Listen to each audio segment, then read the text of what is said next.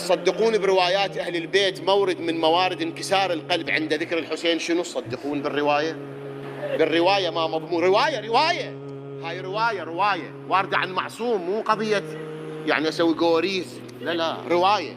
الإمام يقول المؤمن من يريد يزور الحسين يدخل يشوف ابن علي الأكبر يمرج ليه تدمع عينه. هسه ما أدري شنو هالربط هذا، ما أدري. يقول من يشوف الحسين شلون مدفون وعلي الأكبر يمرج لين أبوه، يقول دمعة الزائر تجري، يتألم على الحسين، يتألم على الحسين. هو يا سيدي يا مولاي يا ابن رسول الله، هو بس علي الأكبر يمرج لي عبد الله على صدره. عجيب هذا الحسين بكل شيء يختلف يا جماعة، والله ألم يعني ألم. سيدي مو بس علي الأكبر يمرج لي، عبد الله الرضيع على صدره، مذبوح على صدر المذبوح.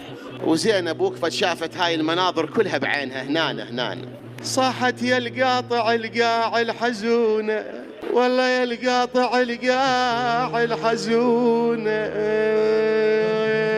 ضد الغري وحشم أبونا، ناديه والدمعة هتونا. شنو؟ يا بهتونا يا الشال خيبر علمتونا علي، هتش يقول له ناديه والدمعتونا يا الشال خيبر، والله علمتونا من الحوافر شيل اخونا.